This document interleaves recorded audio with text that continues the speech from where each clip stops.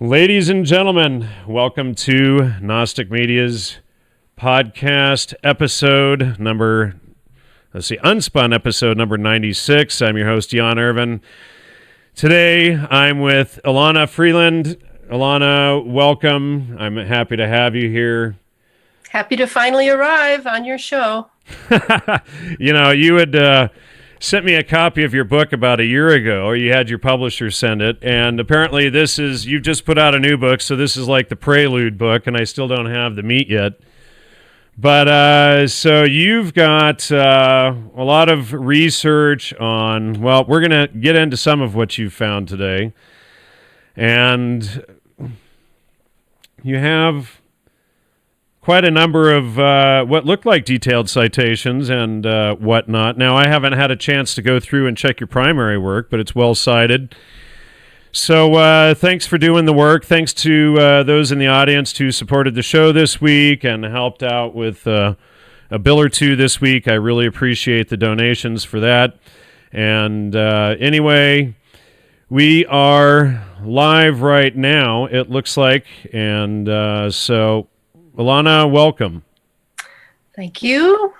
And would you like me to just start talking about the books, or where do you want me to start? Why don't you start off by telling us a little about yourself, how you got into this mess, Yeah. Wow, I had no idea. Well, I spent 10 years researching for a fictional history or a historical fiction series I wrote about what's happened to America since John Kennedy's assassination. And that 10 years, I had many files. And one of them was Chemtrails, and one of them was HAARP, the High Frequency Active Auroral Research Project up in Gakona, Alaska.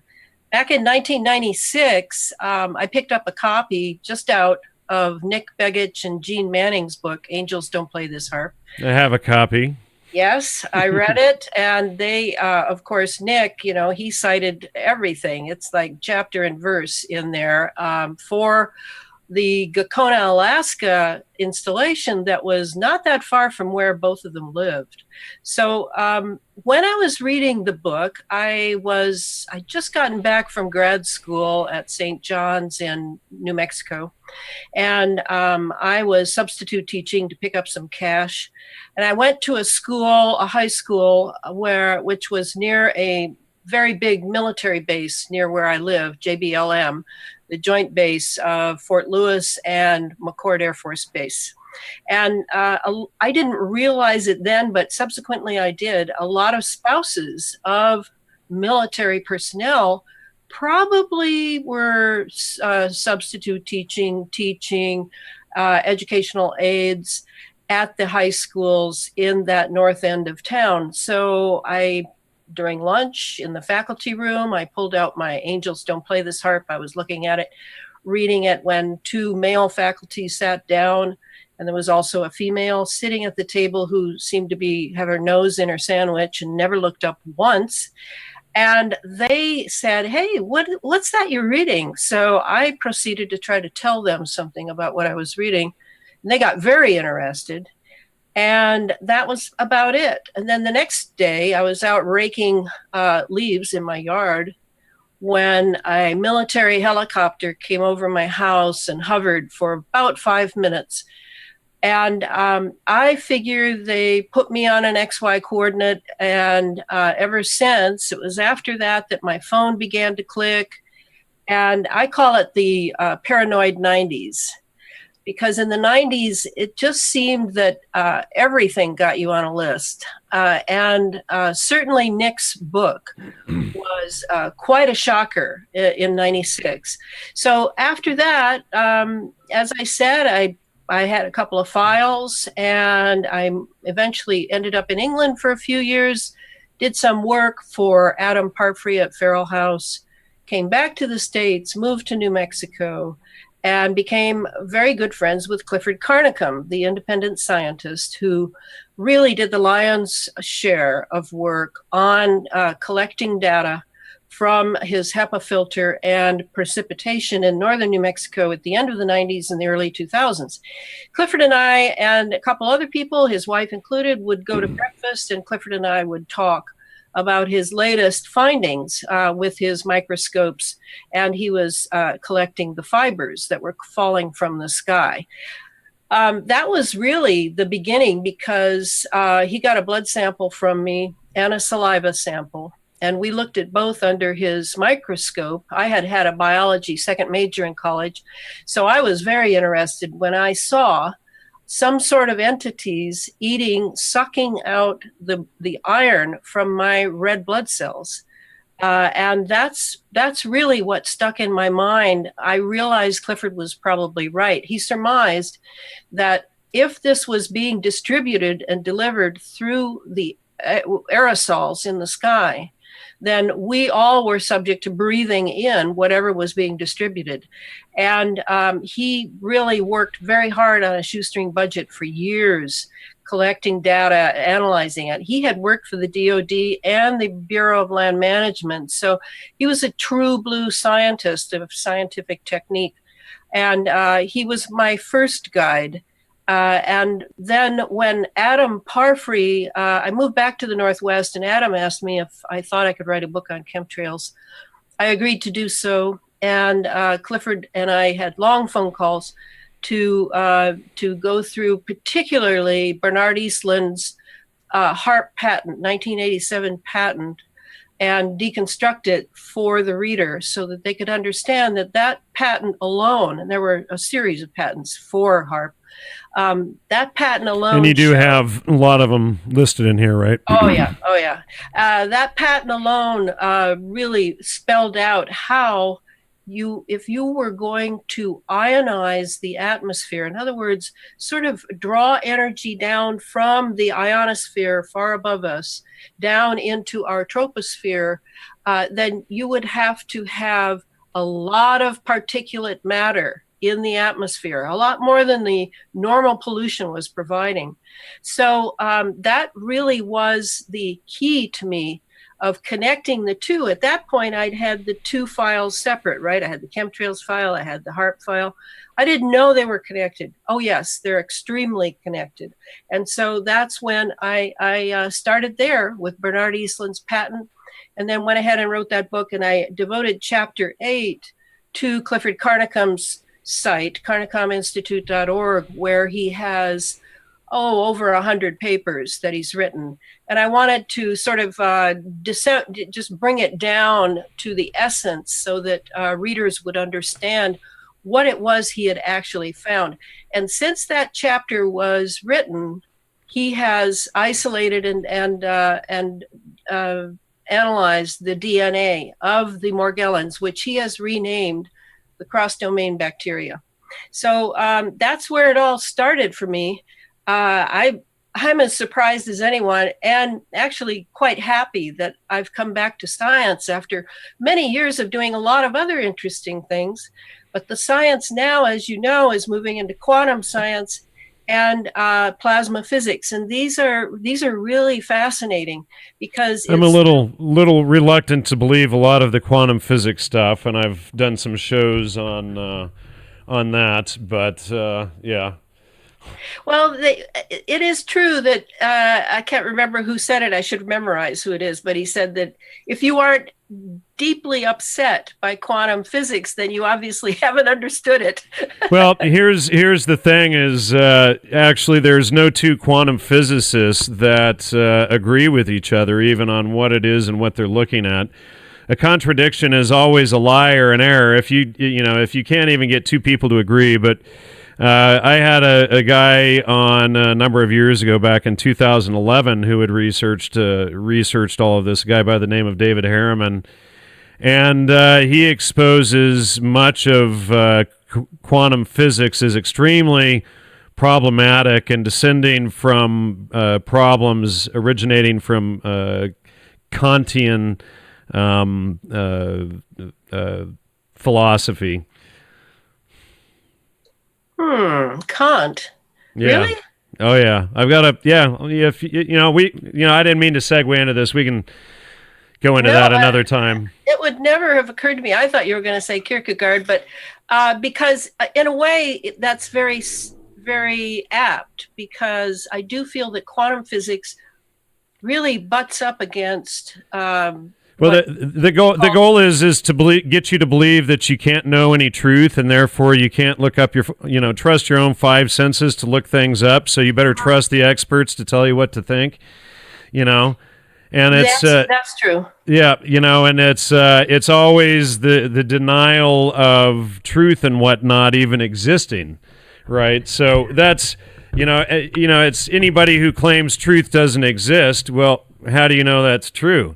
Well, I don't know if it means that or that, because I don't know quite if you're thinking of the Heisenberg principle, because that's a pretty much of a mind blower where you can't. Yeah, that's actually well discussed in Harriman's research also, but he pretty well tears it apart. But it's official.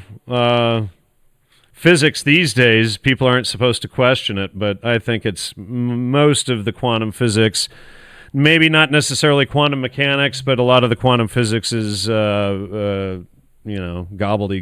Anyway, moving on. Yeah. I think it gets into trouble, or it gets us into trouble, actually, because it does butt up against metaphysics in a way. And as you know, metaphysics, whether you're talking philosophy or metaphysics or epistemology or whatever you're talking, now you're in a realm where there are no absolute right and wrong answers. Now it's a new, I wouldn't say it's not our five senses as if it's not perception itself, but I think quantum physics, for me anyway, calls upon a whole new set of perception senses, and thinking, I would have to say, would be one of them. Now that may sound ridiculous to you, but I love what I'm a student of Rudolf Steiner, didn't you? Did you know that? What about Rudolf Steiner? I'm a student of his ideas, 35, 45 years. Oh, really? Well, we should probably get back to the research, because I exposed him as being directly tied into key people behind the origins of MKUltra, including Albert Hoffman and the others working out of wherever. In was it Brussels, Belgium, wherever the Sandoz laboratory was. In Switzerland. Yeah, in Switzerland. Steiner was working out of there, and he was actually guiding. They claim that he was actually guiding a lot of the early MKUltra research, and that LSD was actually invented because of his suggestions. That's hilarious. Well, not really to me, if you want to consider how many millions of people's lives have been destroyed from that stuff. But Well, it's hilarious because I'm sure it's not true at all. What's not true? Oh, what you just said about Steiner. Oh, okay. But we don't have to stay on that. Right. So how is it not true? How would you say that? Mysticism is always the tool of tyrants, and we have the entire CIA using mysticism and all of these mystics to sell the whole agenda that I've exposed over the last 5 years. So I think you're right. That Steiner, one more mystic, would be, in fact, it was Willis Harriman from SRI, Stanford Research Institute. Let me pull up his quote here. I'm sorry, audience, for the segue here, but I just want to... He's got to get me.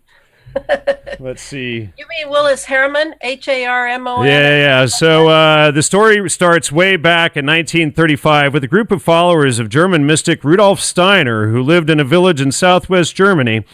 In 1935, a dark cloud was over Europe, so the members of this group set out very deliberately to synthesize chemicals which were like the natural vegetable substances, which they were well aware had been used in all the world's major religious traditions down through the centuries.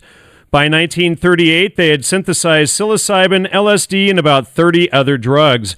They had stopped to think about the consequences of letting all of this loose and decided against it. That's nonsense. Of course, the CIA let it loose.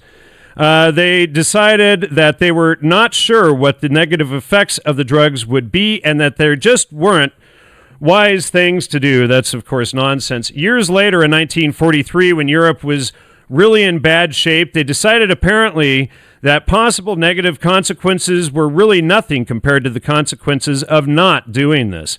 Now, two members of the group, which lived in very tight religious community, were in the Sandoz Chemical Company. That's partly how this project came to be.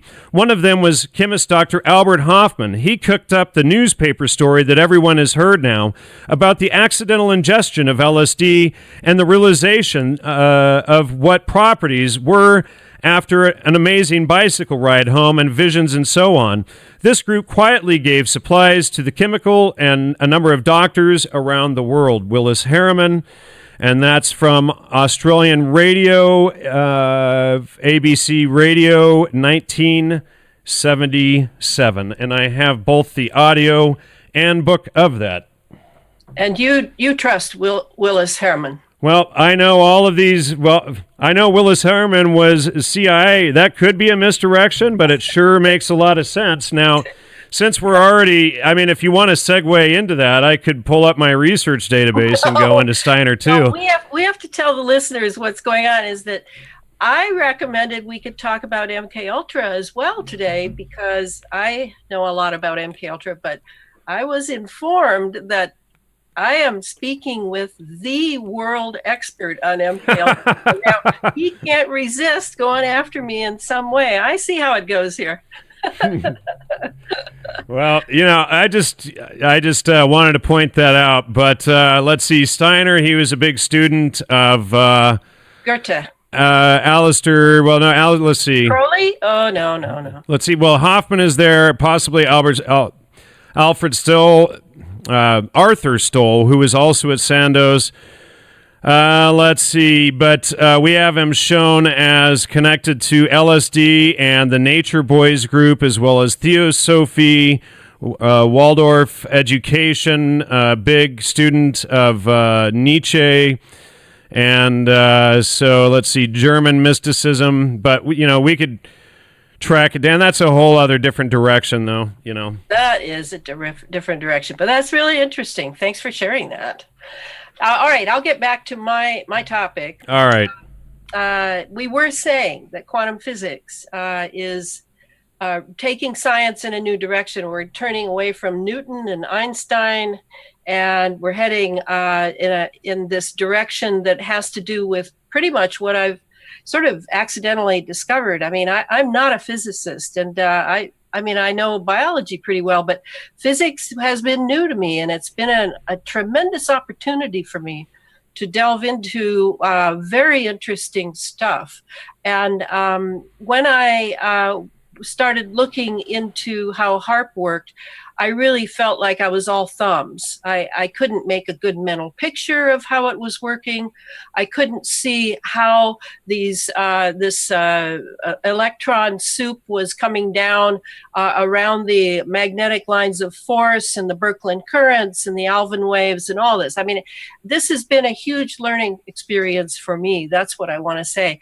You're not looking at an expert. You're looking at someone who is on the trail and has a pretty decent thinking capacity. So after I wrote the book, then I was on Coast to Coast, and suddenly the gates opened and hundreds of people began to realize I was alive even, and to begin to come on my Facebook site, which I'd never done Facebook before then, but I really had to when I had a book. And I began to be on radio shows and speaking engagements, etc. I learned how to do PowerPoint presentation. All of this has been all the while studying, and I would say I'm pretty much a 24/7 obsessive. So I have been really, really cranking it, because the more I learn about this technology, the more I understand how dangerous it is for the entire global population. I know you said earlier, Jan, that we could talk about electromagnetic force, EMF, and by the way, EMF are my initials. I think that might be some sort of some sort of destiny thing that I ended up in all of this. I can absolutely talk about that because that was the final piece. In fact, right now, what I'm thinking a lot about is the 5G that's going up in neighborhoods. And it would be bad anyway if it weren't for the fact that I had found out how these chemical trails are related to wireless technology, are related to our breathing, our lungs, our blood-brain barrier, how all of this is actually not accidental. This isn't just collateral damage from military programs. This is actually, in my opinion, intentional, as we are, as the gates are stormed of what humanity has been for millennia, if not millions of years, and in the push toward transhumanism. So I'd like to spend the rest of the time, if we can, going all the way from what the chemical trails are, what happens to them as they begin to filter down. Sure. Give us a mental picture. How do they affect us? How does that lead to, in the end, you can never go more than 2 or 3 steps from a Huxley to Julian Huxley's transhumanism. Oh, it was? Really? It was his? Yeah, he even coined the word transhumanism. Yeah. All right. Right. Okay, so let's start with the weather, because most people, when they think of chemical trails, if they've at least graduated beyond thinking all this above us is natural and contrails from jets and is just water vapor that happens to hang around a long time. If you've graduated from that, then you probably still think it's all about weather engineering. You know what? Let me interrupt you for a second, because what I want to do, Elana, is I want to show the audience, and you won't be able to see it till later, but I want to show the audience a photo or a series of photos that I put together of the day I realized that chemtrails were real. This was in about 2007 in a town called Simi Valley, where I used to live, which is just north of L.A., and I walk outside, and so for the audience, this is what I see outside. And all of this crisscrossing, and not only that, I could see a number of airplanes going back and forth and back and forth and back and forth. And I went inside, grabbed the camera, came out, and took this series of photos so that people could see this, and just, because it amazed myself. But it's... and I watched these airplanes, and while they were spraying, other airplanes on the way into LAX flew over in pattern. There were some Southwest Airlines that were clearly marked. You could see them fly over and in pattern for Long Beach and LAX, no problem. But then there was 3 or 4 other planes going back and forth and back and forth, and they would go across the valley, turn, and come back. And then another time, about a year later, they were doing this, and I was outside seeing all of this, and I called the sheriff, and I reported it, and they had to send someone out to film it. And you're showing it now? I'm not showing the video from the sheriff's department. I did show the photograph, but now we're back to us here. All so, right. Yeah. Good. Well, thank you for doing that, because I think the only reason that 20 years have been able to go by with this program, straight out of what used to be called Project Cloverleaf, has gotten by the public, is because we don't really perceive anymore. We don't depend on our perceptions. We've been mediaized. If we don't see it on television, if we don't see it in a news story, if we don't see it in a movie that is actually a documentary, we just don't believe what we're seeing anymore. I think that if people could wean themselves from waiting for the authority figures to tell them what's true, or better yet, kill their TV and never look at one again, then maybe they would have a chance to begin to perceive the world that is rapidly vanishing into what Ray Kurzweil, Mr. Singularity University, has promised us, that we will have a virtual world. And what I'm saying is that little did I know when I got into this chemtrails HAARP thing, that this is all connected to that and is totally about getting us ready, primed for a virtual wireless world. And it's gotten an awfully good start. I can't believe 20 years have gone by, but wait a minute.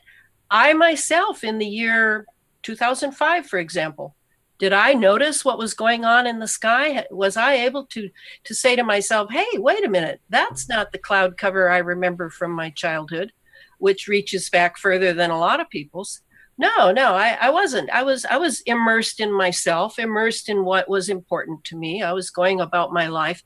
So I understand. I have compassion for people who are not seeing what is before their very eyes.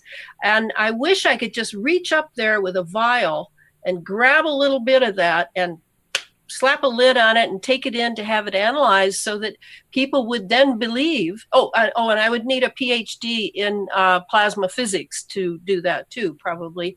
And then they would believe that, yeah, this is a chemical sky. This is not a water vapor sky. In fact, most of the clouds you see on any day, they are chemical clouds. They are plasma clouds, to be exact. They are not water vapor clouds with particulates in them. So that's kind of what I want to draw out. And I'll start with the weather, because the weather is obviously going very strange. And we've had a whole invention happen at the COP21, the conference that occurred in late 2015, after a sustainability conference that took place the month before. This is the COP21 is all about telling us that the problem is, the reason our weather is going wacko is because we're driving our cars too much. We have too much carbon going on. And never mind the planet is a carbon engine. Exactly. You know? I mean, carbon is essential for life. It's absolutely ridiculous. You know? Yeah, it's just a big money-making scam. And then it threw a lot of monkey wrenches into the people who should be able to think about this, who have training in perhaps meteorology or geo something or other. Nobody can think about it because there are the people, and I'm thinking here of a conference that happened a year and a half ago, people who think that global warming is a complete scam. And well, in a way it is. And in a way, there is a warming going on. So when they spray in the sky and create it and do all of that and change the weather. Well, the cloud cover itself, as we well know, not just from the work of of William Cotton, a climatologist of years ago, he said that, you know, you create cirrus clouds and you have an incubation chamber. So it's incubative under here. The sun is blocked out. We're incubating, but we're incubating not under wet clouds, moisture condensation heavy clouds. We're operating under a cirrus cloud cover that is actually created plasma. And nobody knows what plasma is. They think it means what happens when you're blocking, when your blood is the plasma in your blood. No, this plasma is actually the fourth state of matter. And that's the hot item in the science that is happening in the sky now. Very hot item. A lot of things that people are seeing and putting up on Facebook and places about weird clouds that are up there, double suns, whirling things. All of this has to do with the fact that our atmosphere, which is enclosed in the troposphere, our atmosphere has become sort of a cloud chamber. And in that cloud chamber, many experiments are going on. And yet it's all under the subterfuge of this idea of carbons in order to get money and global warming, climate change. And it's just a huge, confusing mess. I totally agree. For all the people out there who don't know what to think, I can see why you feel that way. I myself am just following the track. one thing after another leads to another, and I'm making connections and I'm seeing patterns, and I'm able to, over the years now, 6 or 7, 8 years, I'm able to contextualize all the fragments that I'm seeing, fragments like GMOs. Well, what do GMOs have to do with it? Well, there's that aluminum resistant fertilizer. And of course, now Monsanto has been purchased by Bayer, and Bayer, like Bayer aspirin, and the whole big pharma is just 1,000% behind this. Weather derivatives are going off the charts. God, big fat cats are getting fatter and fatter, making money off of weather accidents, and the most recent one in Santa Rosa. I mean, what the heck was that? That wasn't even weather. That was a fire, but it's connected as well to everything having to do with weaponizing planet Earth. So with the weather, let's just start really simply off the, where are you, by the way? Are you in California? I'm in California, yes. Okay. All right. Perfect. Because, of course, California is going into what? Year 6 of the drought? Year 7? Well, what they also don't say is we had, 30 to 90 inches of rain, depending on where you were at this year as well. Was that the flooding, or that was separate? Well, that was the part of the flooding as well. But, areas of Northern California got 90 inches of rain or more. But so was that on the coast or inland? That was inland, on the coast, all over the place. Okay. It was a pretty ongoing torrential downpour. But in this area we had double our annual rainfall. Was it able to be absorbed by the soil, or was it a runoff like flooding? Well, I mean, besides all the flooding you saw all over the news and stuff, good question. But it was more water than I've ever seen come down. That's just about ever. I mean, it was a lot of water. Was that in the breadbasket? Was that the Central Valley?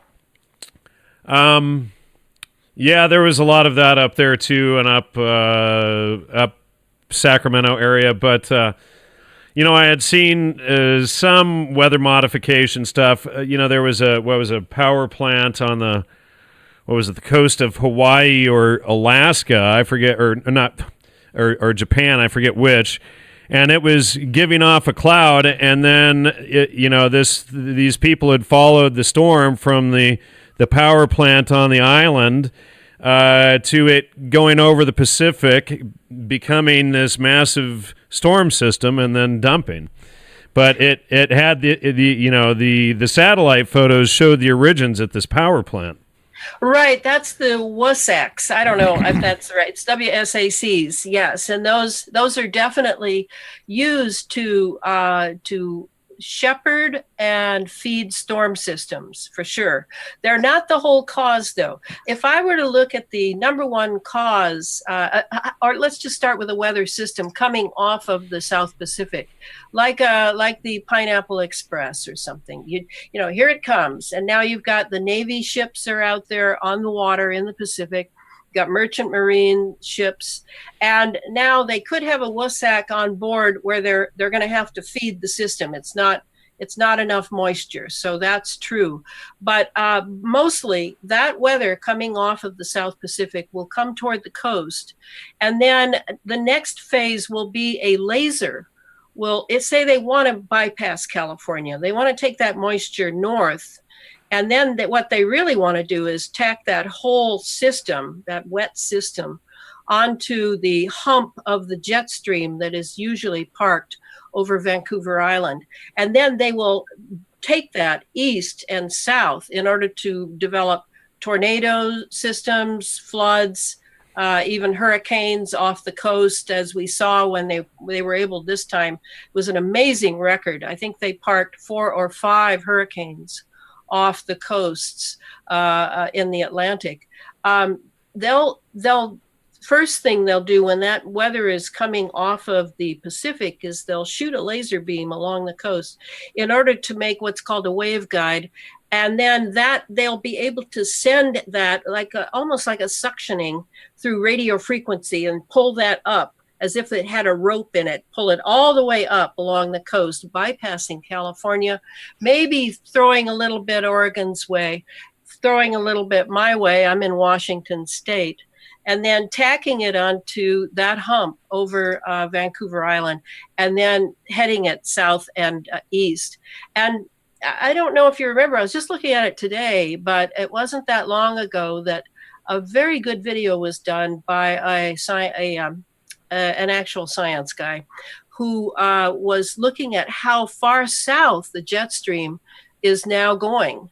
And he was trying to figure out why it was going. I mean, it's down almost to the equator, and actually going over the equator in small amounts. So that's very unusual, very unusual. So this is all being engineered with lasers, with radio frequency, in order to engineer the weather. And engineering the weather shouldn't be all that surprising, given that even General MacArthur back at the end of World War II was promising people that we would have the weather engineered in no time at all. So that's a done deal. All the weather I see, I don't know about you, Jan, but all the weather I see, and here in the Pacific Northwest, it's very different from California. There's a lot of clouds here, not as much rain as it used to be. Much less rain. So I see that it's all engineered. Yeah. Every time I see these planes going over, and I've watched them now since that first one of the photo I showed earlier, I've seen them do it probably 100 times since then, but you always see this gray, unlike contrails that used to dissipate when we were kids, and I'd go through and look at all my old photographs of Peru and stuff.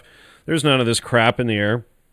But what these, they spray these things, and then they spread out and they create this mucky gray cloud, and that just kind of lingers around, and then, creates some sort of foggy, hazy day.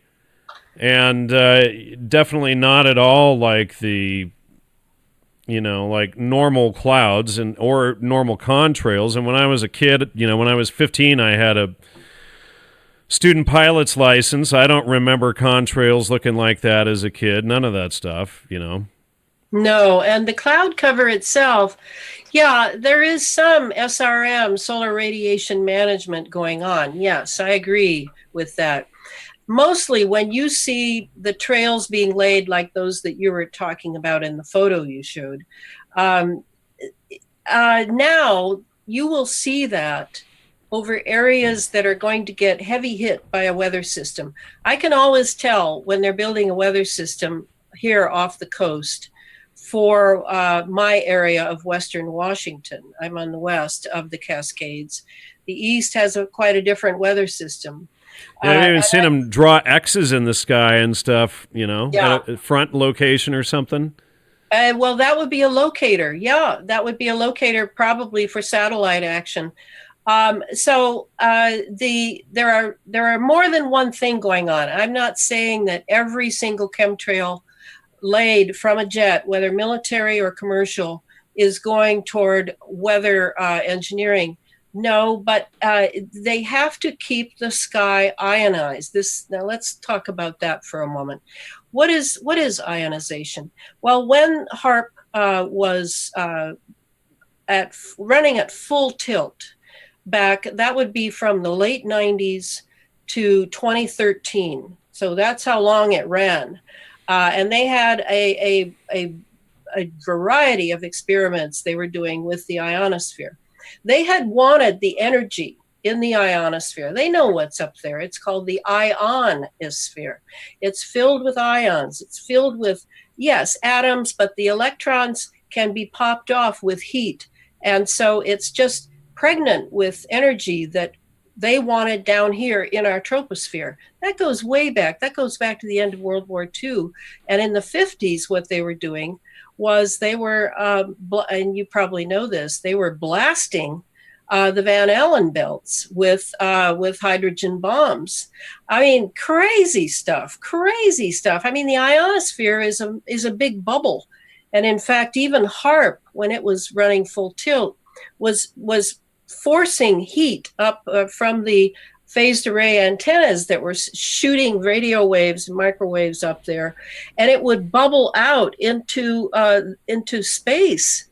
I mean, what if it had popped? What was their plan? Well, there's no plan. That's simply, let's see what happens. So it fortunately did not, but it has been very damaged, and it takes time for it to get better. And that may be one of the reasons they shut HAARP down in 2013. And then now the story is, I consider it a story, that the University of Alaska Fairbanks has taken charge of it to rent it out by the hour to various nice researchers who are doing very nice research, having nothing to do with the military, blah, blah, blah. Anyway, it appears now, if I can believe my next advisor after Clifford Carnicom, was Billy Hayes. Now, Billy Hayes, for those who don't know, is called the HAARP man. He was the team leader on the HAARP project. He's a tower erector. And doesn't like people to make jokes about that. So he has worked on 240 to 260 various installations around the world for a 3-letter agency that will remain nameless through its defense contractors. And so Billy came along when I finished the Chemtrails, HAARP, and the full spectrum dominant of planet Earth. He came along after I was on Coast to Coast and became my sidekick all the way through the Space Fence book that I have just finished a year ago and will be out in January, called Under An Ionized Sky, From Chemtrails to Space Fence Lockdown. Billy is the one who has filled in the gaps of my lack of technical knowledge on all of this electromagnetic equipment for radiation, for radar units, NexRads, cell towers, Gwen towers, windmills or wind turbines, fracking wells, everything. I mean, Billy is the go-to guy for me. And he has been very patient with me. I've logged many, many hours as I'm going over, because you see, you can't write a book about something that you're not particularly an expert in unless you can make a really good mental picture and the connections with how it contextualizes with the rest of the technology that you know about. And that's what Billy really was able to help me with. So he was the one that pointed me in the direction of, yes, the Space Fence. But he says, because of the years that he spent on those towers being microwaved himself, he has tumors all the way through his body. And whenever they change the frequency of any of these units that he's worked on, believe it or not, he goes into grand mal seizures. So he said that when those 4 or 5 hurricanes were parked off the Atlantic a couple months ago, he said that they must have fired HAARP up to almost its full extent, because he got pulsed seriously by it when they were recalibrating it and using it, I assume, to run basically those were 4 hurricanes they were running off of the coast.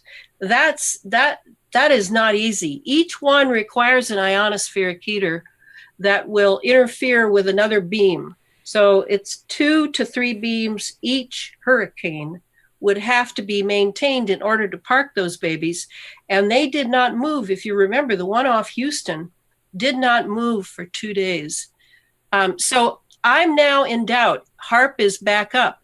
HAARP is only one unit, though. There's Arecibo, there's ISCAT, there's one at Brookhaven National Labs.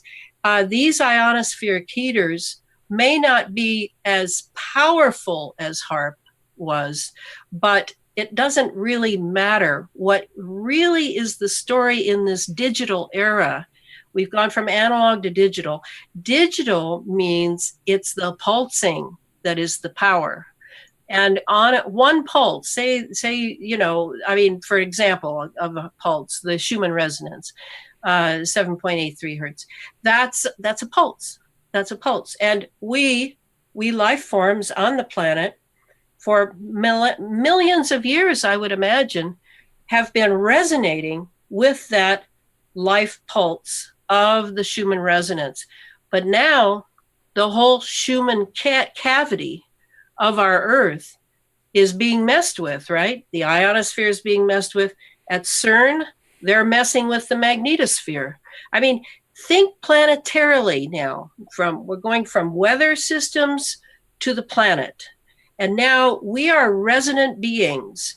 And that's what makes us so wonderful, in my opinion, and flexible. We can adjust to many things. We can adjust to cold.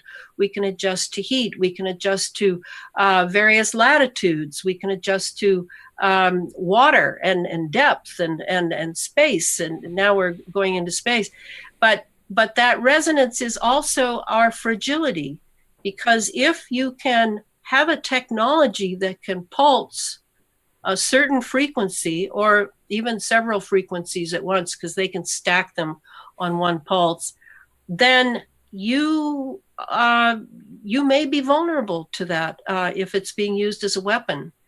And I do believe that is going on now, because our atmosphere is so thick with what these chemical trails and the rocket plumes from the sounding rockets that are going up.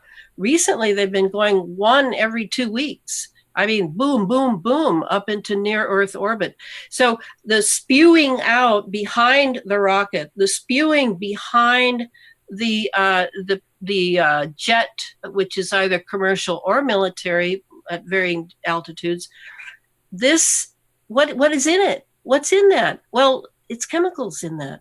And among the chemicals are aluminum oxide, titanium, barium, strontium, lithium, all of these things that most Americans haven't studied since they had to take science in high school. And these conductive nanoscale metals that are laid in the stratosphere above our atmosphere, but now filter down. And why are they doing this? Is it to kill us? No, not at all. It's because they need the particulate matter in order to keep our atmosphere pregnant with ions, to keep it like an antenna, a 24/7 antenna, a 24/7 battery. This is what our atmosphere is now. And even in the summertime, I'll now hear someone say, gosh, it was so hot today, I felt like I was in a microwave oven. And I always want to say to them, that is the most apt metaphor you can possibly have, because that is exactly what we're living in now. We're living in a heat chamber. It's a cloud chamber that is a heat chamber. And so you see how with global warming, the words global warming, there is some truth to it, but it is not being caused by carbons at all, not at all. It is being caused by military operations that demand a wireless capability for all of the, hundreds, thousands of operations that they are running now. And it basically all adds up to weaponizing planet Earth, just as I've thought for years that the military mind just can't look at anything without wondering how it could be weaponized. Right. And we're there. And the next thing I want to talk about, if that's good, Jan, I want to go into what that means that we've breathed those metal particulates in. Sure. So yeah, what does it do to our bodies, our immune system? Does it get past the blood-brain barrier? What's going on there? To me, this is the key. I mean, when I first got involved in the movement and started meeting some of the other leaders, because it's a very horizontal movement, and truthfully, the whole movement seems to take place on the internet, which seems strange to me. But that's part of living in a virtual world, right? We're not having meetings. We're not flying all over the country with our briefcases talking to each other. We are on the internet. Trying to figure things out together and trying to draw the public in and give them good information. So when I first came into it, I guess I thought that, yeah, that's unfortunate that this Morgellons has fallen into our blood, because I saw it. I saw it eating. How many people are known to have had that? Do you know? Well, here's what I know. If you develop the lesions, say you have a sore or sores here or in your scalp or in your genitals, wherever it is, they look sort of like craters, and they separate, and there'll be these little wires sticking out. Black, I think they're black, blue, and red. Black, blue, and white. And the color coding has to do with their genetic engineering. Then you have Morgellons, because there it is. But on the other hand, say you then go to your physician. Well, up until recently, I don't know how it is right now. I haven't really checked into it lately, but originally it was a delusional parasitosis was the diagnosis that your physician would give you, and he would send you down to the psych ward for a psychological workup. And he wouldn't collect any of the detritus out of the wound. He wouldn't do anything. Wouldn't take a blood test. Nothing. And it was almost, to me, as if either you've got massive ignorance, and the I think it's called the DSM-5, is the psychiatric manual now. And that's the manual that is used entirely for cover-ups. Whole diseases are made up and stuck in there for physicians who know next to nothing. Or these physicians know this is a federal operation, national security, and have been told to not engage at all. I don't know if either is true or if both are true, and even more reasons. But anyway, that was the dilemma that people found themselves in. But according to Clifford, and after I saw my blood and my saliva workup, I would say that everyone has breathed it in. We all have the fibers, because I now own a tiny microscope. I wanted to show you this, Jan. This little thing, wonderful, has an LED light and has a UV light, and $6 on the internet. $6. Everybody should own one of these babies. But of course, if you don't want to really know about the tiny world, then you don't want to get one of these. But I can take this and go to a supermarket and just get close, turn on my LED and get close to the fruit, even in the organic section, and I will find the fibers. They are everywhere. So I assume everybody has them, but how many people get really sick from them? I think there's probably 1 million to 1.5 million in this country alone. But the shame and the frustration, the doubt, the confusion, of course, who's going to talk? So that's completely a conjecture I picked up on the internet somewhere, so I don't really know. But I do know that I do know how to treat it to help. And the help, I'll just stick it in here now. It may sound very, because I don't have it. I have it in me, but I don't have any outbreaks or anything. I've been a health nut pretty much since I was 21. I'm 70 now. I know the immune system is challenged by this atmosphere that we must breathe from. And so everybody must look at their lifestyle and make choices regarding their immune system. What serves it, what doesn't serve it. If something doesn't serve it, out. Because now one of the problems of the Morgellons genetic engineering, and it is genetically engineered. This is not a natural entity.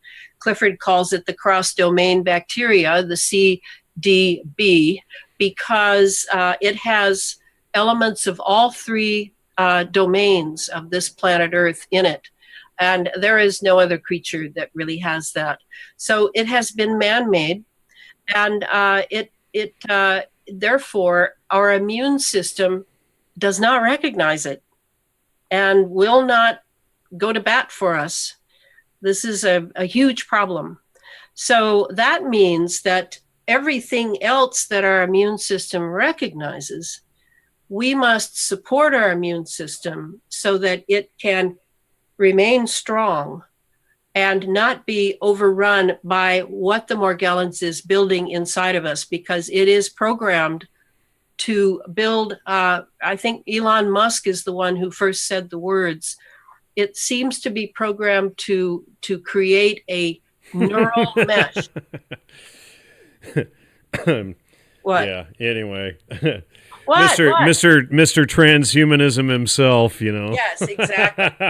Yeah, he's the one who brought up the idea of the neural mesh as being, I don't know if you remember this, but he was saying, oh, yeah, I think I'm quoting him properly. It says, yes, you need this in order to defend your brain from the AI that's coming. Right. The AI that he and the rest of them helped create and fund over at SRI. And Exactly.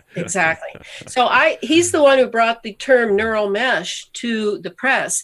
And I have seen this Morgellons, and it does create a web. It creates a web, not like a spider web, not a round with a hexagonal sort of shape. No, it's just like a thatch, like that. Yeah. And that's what it's doing in our bodies. So if we can maintain our immune system, then we can live a very happy life, because we have lots of parasites in us. This is not new. We have the kind that are real parasites, and then we have the kind that we cut a deal with, like in our in our flora and fauna in our intestine.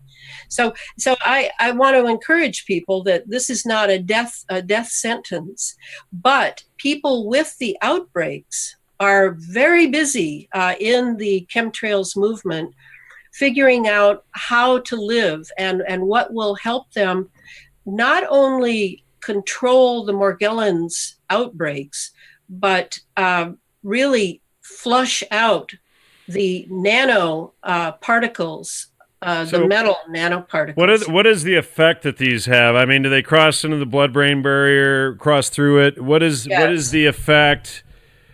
Is there any scientific notable effect that, people can show that they are, I mean, what's the end game with this? I mean, are they trying to turn us, obviously, the AI agenda would be like, make us robots or whatever and chipped and all of that. But are they trying to turn us into living organic robots? Is that the agenda? What would you say? Okay, so first let me answer that one that you said for proof. Now, I would recommend listening to Dr. Russell Blaylock. Dr. Blaylock has done some very good work on making a pretty irrefutable tie between the aluminum nanoparticles, which are the brunt of what we're breathing. That's the major element in the JP8 fuel as well, is aluminum oxide. There are other metals, of course, but the aluminum, he has tied the aluminum to Alzheimer's, no question.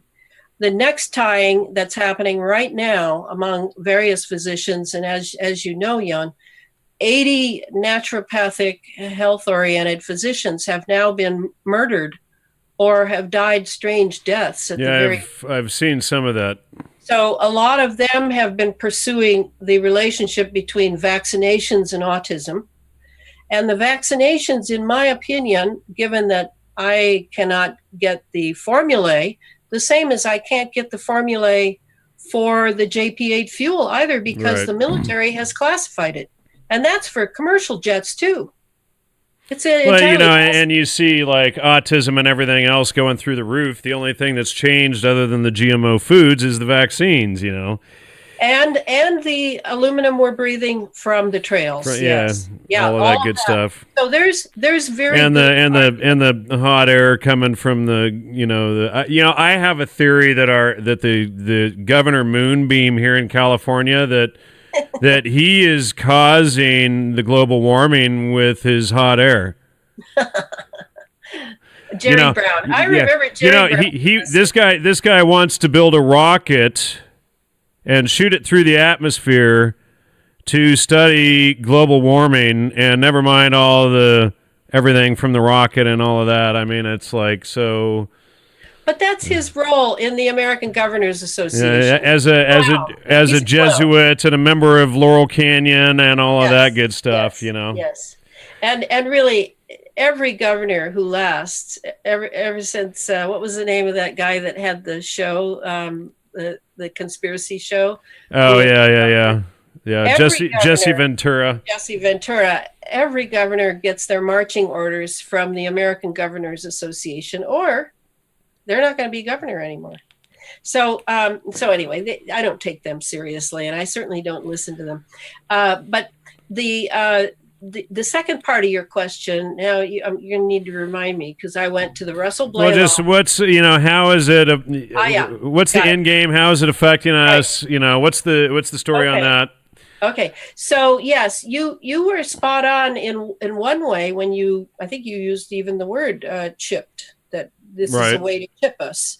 Now we have these nanoparticles in us. They're very highly conductive, and we were transceiver towers before, but now we're transceiver towers par excellence, enhanced, you might say, because we're filled with these tiny heavy metals. So it's going to be like, instead of War of the Worlds, Halloween 1930s style, which I exposed all that. I did all the primary research at Princeton.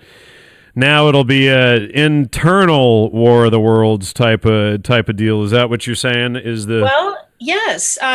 There's various ways to see how this will play out, but I would say that, given that I gave you the pulsing piece, that now that the atmosphere is pregnant 24/7 with conductive metals, very tiny scale.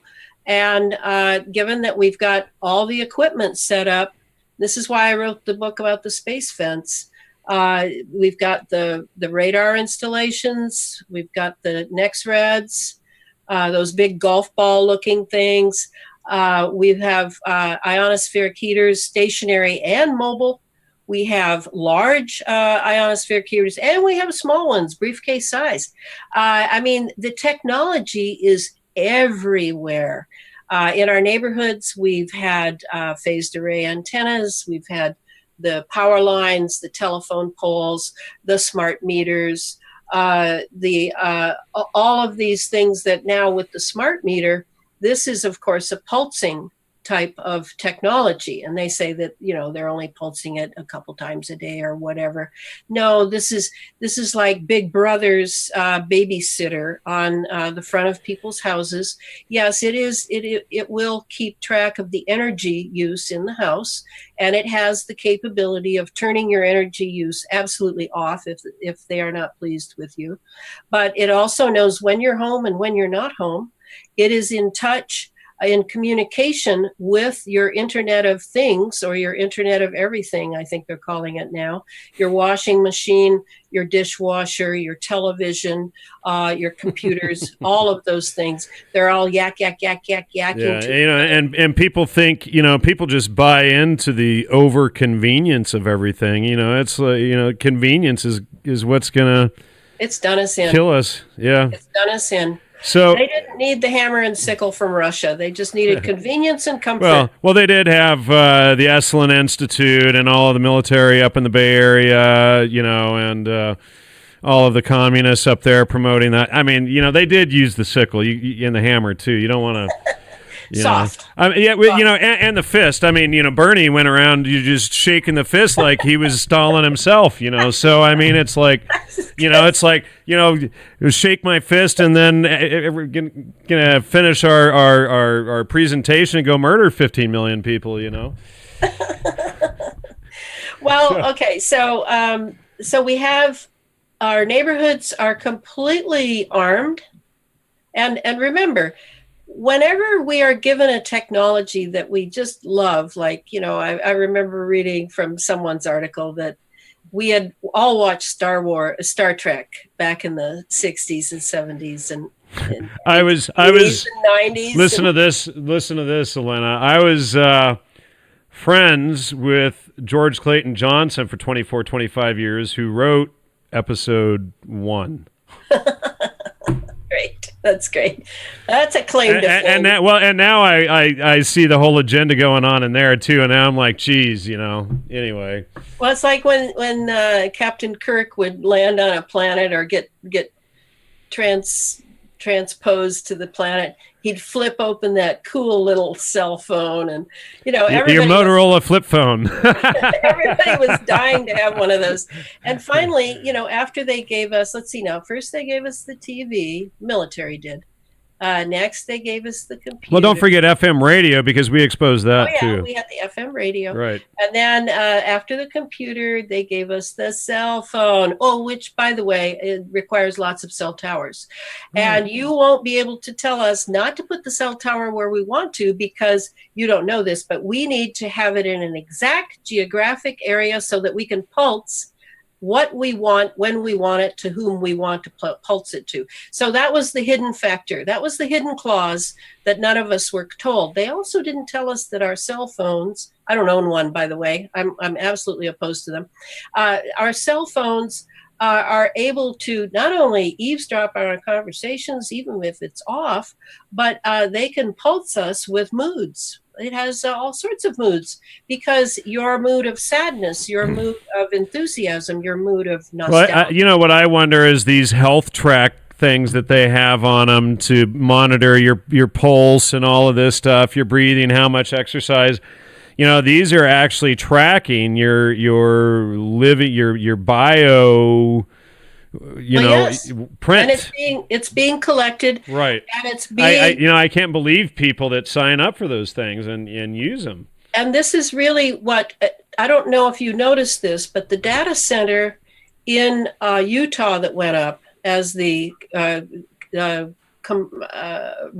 repository of all the CIA and NSA and DIA records or whatever, and God knows how many stories below the surface of the sand it has, that went up at the same time as all these fusion centers went up. Now, these fusion centers are where I think most of this data, particularly like you mentioned, the people who are jogging and everything's doing their muscle testing and their heart and their rate, and all of this data, much of this data is being sent through these fusion centers, and then it's diverted off to a variety of places where it is stored in the cloud or wherever. So let's just keep with this picture that our neighborhood. We should just about wrap it up here too. Oh, really? Yeah. Wow. Yeah, we're actually into the second hour. I usually end up, around 1 hour, 1 hour and 15 minutes or so. So we're okay. Great. Yeah. So our neighborhoods have been weaponized. We have been weaponized. We actually have the part of the weapon system is floating in our blood and easily slipping through the blood-brain barrier. So now everything in us can be remotely contacted, communicated with, programmed, no problem, because we are resonant beings. You see what I mean? Yeah, interesting. I'm gonna have to I'm going to have to dig through your primaries and see what all I find there too, and have you, maybe I'll talk you into sending me a copy of the new book. Get you to autograph it this time. Okay.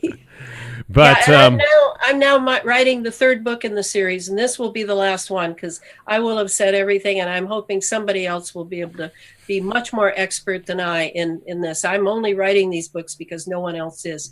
This one will be on synthetic biology, and I'm going to go deep into what we just finished with. Excellent. All right, and Elana, what is your website? I have a blog site, and it is elanafreeland.com. It is being made by a woman very generously giving me her time, who is now moving to Mexico because she's had it with living here. So I don't know. I don't know what's going to happen to my little website. And then you can also, if you're a Facebook person, you can ask to join my closed Facebook site, Elana Freeland, Chemtrails, HAARP, and the Full Spectrum, where only the science and only the all the different parts of this technology are discussed. And I have had no trouble with trolls, I'm really happy to say. Yet. All right. Well, thank you so much. Thank you so much. Yeah. So they, I mean, lately they, when you learn how to spot them and expose them, after a while they kind of stop harassing you, because then it's just like, I'll just send them to you, Jan. I think you can handle them. Man, I went through hell for 5 years from trolls. It's ridiculous. All right, Elana, anything else you'd like to add? Anything that we missed that you can think of? Oh, my gosh. That's such a big subject. I think we did pretty well, and it's been really fun being on your show. All right, and I wanted to say thanks to Josie for donating a new microphone this week. I really appreciate that, and so I hope people like the new audio sound. Also, thanks to the donation that Nathan sent in earlier. Thanks to all you who support the show. See you next week, and thanks so much, Elana. We'll talk to you again soon. Good night. Goodbye. Bye. See you next time.